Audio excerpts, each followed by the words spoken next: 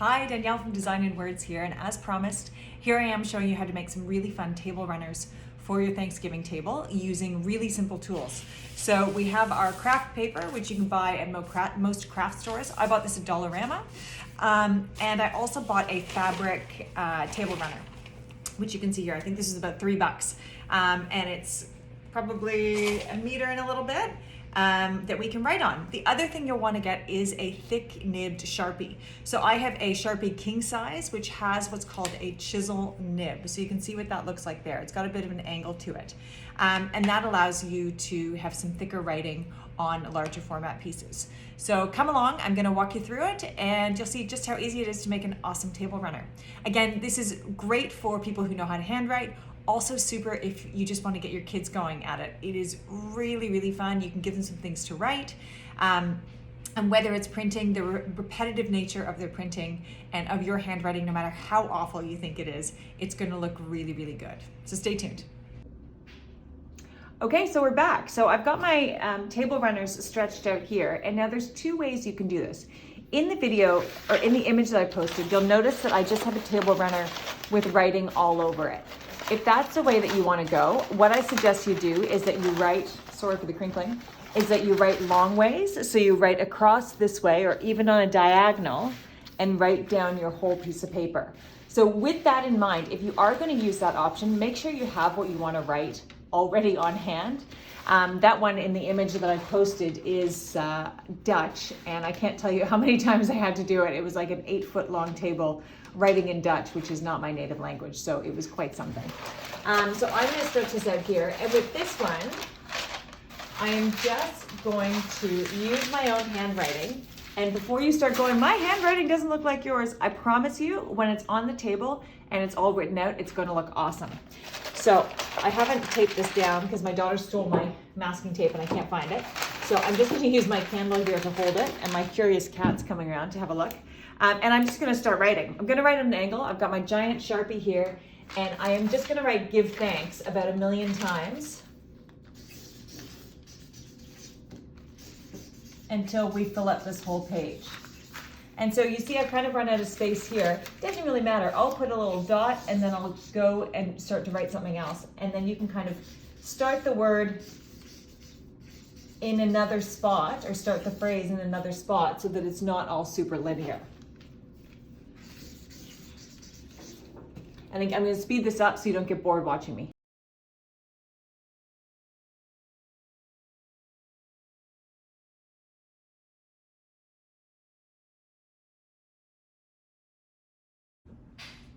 Right, so that was our first option where we created a repeating pattern that was offset.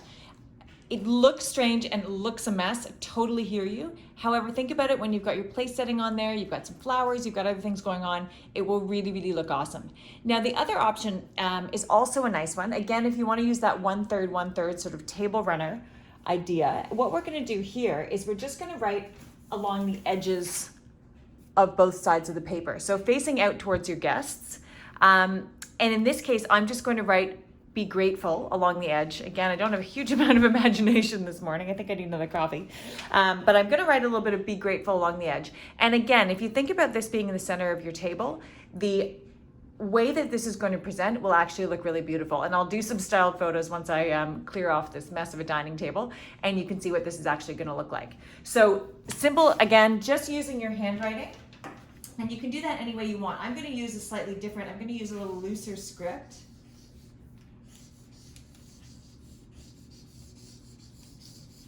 To do my "be grateful" in here.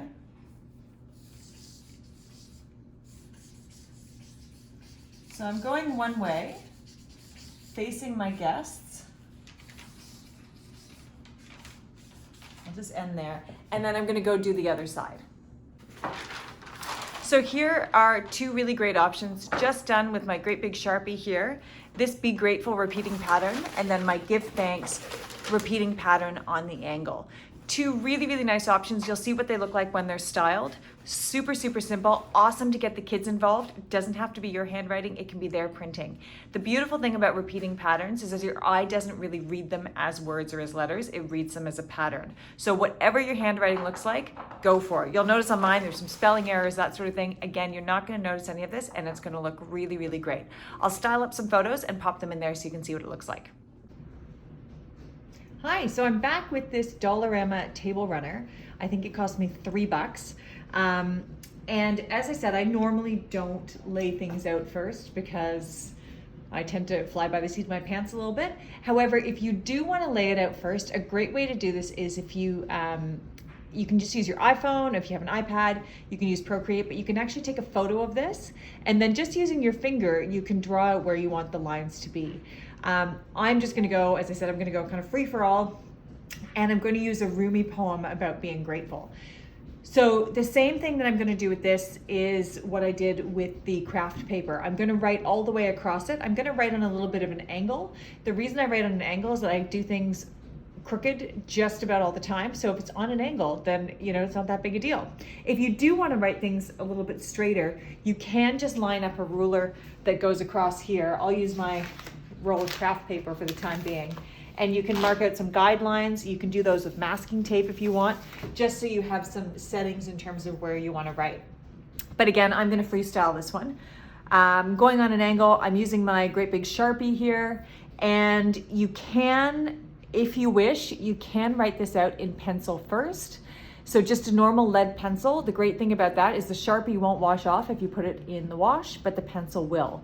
So if that's something you feel more comfortable doing, go for your life. I'm gonna give it a go, just with my Sharpie. You will notice I've taped down the edges, and that's because fabric, you need it to be taut in order for a smooth writing surface. So I've just taped it down. Again, if I had some clamps, if you have any clamps from the hardware store or something, you can use that.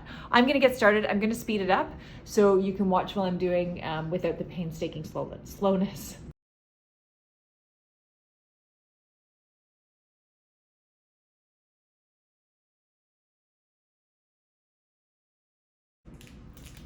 So you'll notice a couple of things here that unlike the other table runners that I used, I actually used the broad, this is a chisel nib, which means it's got this flat nib across here. I used the flat part of the pen to get these thin and thick details like we do in our brush script and calligraphy style. And you'll also notice that I actually finished words on the next line.